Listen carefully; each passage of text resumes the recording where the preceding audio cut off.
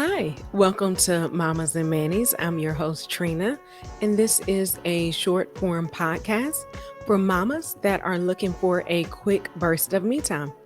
Let's go ahead and dive in.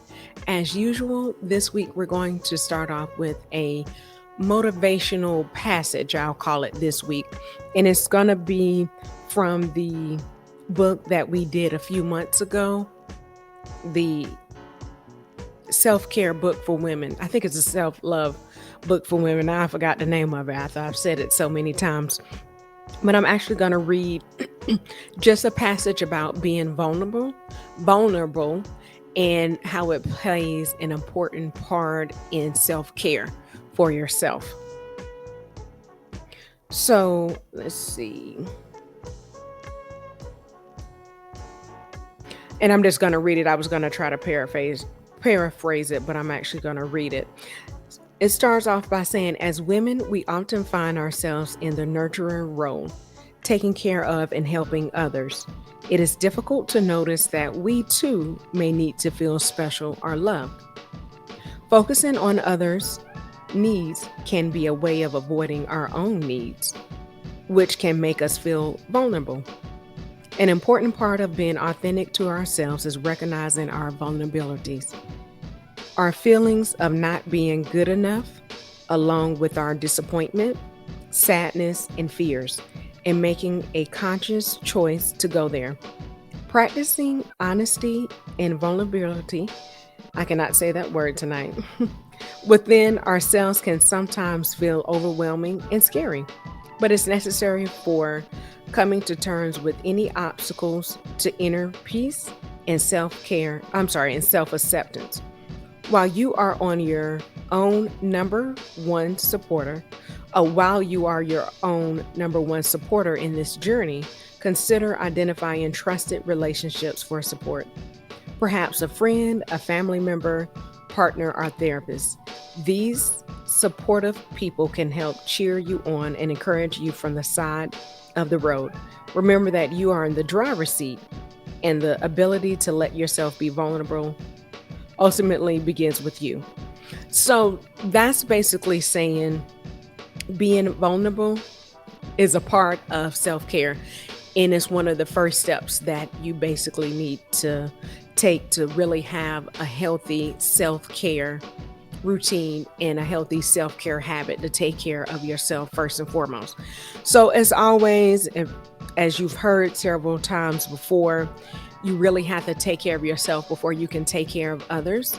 So, just taking that time in the morning, listening to your body, if that's doing your devotion in the morning, but something where you're able to just take care of yourself, let your hair down physically or figuratively speaking, let your hair down, but being vulnerable for yourself. And also letting other people know, like it said, hey, I'm not having a good day. I am sad. I'm disappointed about something.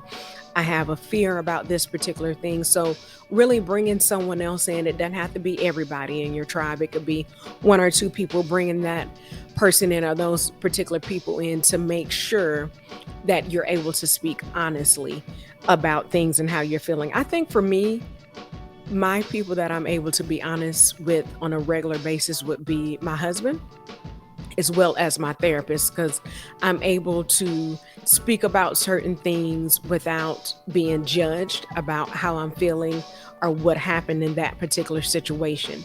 So just really finding one or two people that you can share in what's going on that day, that week, that month, and really explaining so too they can see it from another perspective. Sometimes that really helps. And it helps if they say, maybe you need a break. And sometimes we feel as mamas, especially, that we don't need breaks. So that's our motivational moment. But guess what time it is? It's mama time. So this week, we're actually going to go over adult coloring books. This is a really good self-care. And I got this book from the good old Dollar Tree. It is a Kappa puzzles book. It was actually $1.25. It looks like it was originally $4, but I found it in a Dollar Tree. It was actually the only one they had. It's an adult coloring book. It's called Home Sweet Home. So this one actually has pictures of homes. As you can see on the front, it is a home. But when you go into it, it has like scenes from homes from different places, then your traditional homes. Like this definitely is traditional. Let's see. Then you have like some cityscapes. This is kind of like a non-traditional home. Then they have a home that's in the city. It looks like this one is a apartment building. So they're showing that. So they have all different types of homes. And you can get these, of course, Walmart sells them, Amazon sells them. This is actually a good picture. It's showing oh wow, it's showing a bathtub. I'm actually gonna pick this one. I had another one selected, but this is like a bathtub. I don't know if you can see this, but it has these pretty bubbles, and it actually has a really great self-care scene. It has a bubble bath drawn, candles lit. It also has a fruit tray or a plate of fruit, and it looks like a beverage of choice. So that can be wine if you don't drink wine, beer, pineapple juice, whatever you want to drink, a smoothie, whatever your favorite drink is to relax. This is actually a great scene. I did not know this was in here because I have not looked all the way through the book. I looked through a few pages. Oh, it has a pretty closet in there. So even just these pictures in the book before I even start coloring are just really, really pretty, especially if you are into designing and just neat looking homes, because this definitely looks neat. So there are several benefits to adult coloring, especially if you can get it in like once a week. And this is actually something you could probably do more than once a week. If you want to do a few times a week, you can definitely do this. And what I have here are just some colored pencils. I grabbed a few out of a pack, or if you want to go and get, I was trying to see what color I want to do. If you want to go and get some like high-end colored pencils, really spoil yourself. Or like if you want to mix it with like a low, what did I say? Like a low end and a high end. If you want to get high end markers. For this, you probably want to use colored pencils because it's smaller shapes. So if you want to get like high end colored pencils and then go with the low end book, it looks like these are probably, yeah, we got these from someone. So that'd be good. That way you can actually mix them. This one's not it's these colored pencils. They're not doing like I want them to. And it's really relaxing. You can actually, it takes your mind off of other things. You're not worried about kids that are throwing fits. You're not worried about cooking dinner, washing your clothes, folding up clothes, washing dishes. And if you're watching me on YouTube right now at Mommas and Manis, I have a YouTube channel, you'll actually see me coloring. And I'm just coloring the towel in this beautiful bathroom scene with all the bubbles and everything else that's so relaxing that I would love to have on a mama getaway. And while I'm coloring, some benefits of adult coloring, I just grabbed this from WebMD. There actually are some benefits. They quoted 7 benefits of adult coloring. It induces a meditative state. So I don't know if you remember when you were younger and you used to color, or even if you're talented at drawing, or even if you're not talented at drawing, you just have a love of drawing. It just allows you to escape, go into a different place. And like I said, just basically relax your mind. The other thing, it improves motor skills, especially if it's a detailed picture where you have to take your time. Like this is a detailed book, so this is a good adult coloring book to pick up. That way, like it has some smaller bubbles, it also has some bigger bubbles. So you're using those particular motor skills with the bigger shapes. You're using a different skill than you are with the smaller shapes. It also improves sleep, it improves focus. And of course, it improves focus because you have to focus in.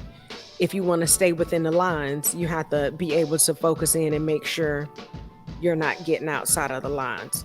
And I know when you get older, or even when you have kids where you have just a whole lot of stuff going on in your head, focusing on one thing sometimes can be very difficult, especially for a mama, because you're thinking about waking up, getting breakfast, getting at breakfast, you're thinking about lunch. At lunch, you're thinking about dinner. You're like, oh, I need to wash clothes. I need to get the kids' clothes ready for in the morning. And it's just always 24/7, always thinking about something. It reduces anxiety and it also relieves stress. I'm actually going to go to, oh, I'm going to go to that particular website. And then I'll include the website in the notes. I wanted to see how, not motor skills, improves sleep. I actually wanted to see that one. It says it improves sleep.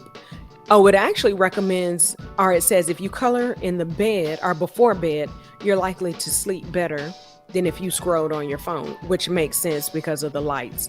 Exposure to blue light from your phone or tablet can hinder your sleep quality by stopping your body's natural melatonin release. By coloring in a book before bed instead, you're keeping electronics out of the bedroom, allowing your melatonin level to to release naturally as your body gets ready for sleep. So that's actually a really good one.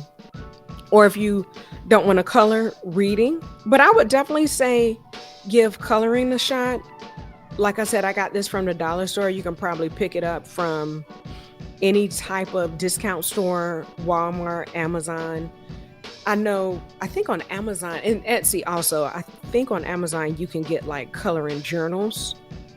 So you could probably have one page is a coloring sheet, and then the other page would be something you can write down your feelings for the day. So this is just really relaxing. It does not take long to do this. Well, actually, to do this page, like I'm taking my time and coloring in each bubble. I could probably do this in less than an hour, but still split it up. Like if you don't have a lot of time, if you want to do this on your 15-minute break at work, I think this will be really great, especially if you work in like a corporate environment and you just want to have something completely different than what you're doing all day. I think an adult coloring book would be really great. So, as usual, let us know if you've ever tried using an adult coloring book or if you've used an adult coloring book in the past. Let us know what your favorite brand is. This is just something Kappa adult coloring books. They have a lot of other stuff like puzzles and things like that. So they have a lot of active things that you can actually do. And as always, please make sure you share this episode and all our other episodes with a mama that is looking for a way to relax in a quick burst of time. Comment below what your favorite relaxation tips are. And then also like. And remember to hit the notification or the bell for notification so you'll know when we come out with our new episode on Mondays. We come out with new episodes on Mondays on Spotify, Apple Podcasts, Google Podcasts, and then we come out with the visual of the podcast on our YouTube channel, Mommas and Manis, on Tuesdays. And you can get the podcast on the audible version on before 7 a.m. So if you're going into work or dropping your kids off, you can listen to it there on Mondays when it comes out. And the visual usually comes out, I think, at before 7 a.m. And this is Eastern time as well. So please do that. Like, share, subscribe, comment, hit the bell for notifications. Please, please, please enjoy yourself for the rest of the week. Make sure you find something relaxing to do that is just for you. And remember, me time is essential and it's never selfish. Have a great week, mamas.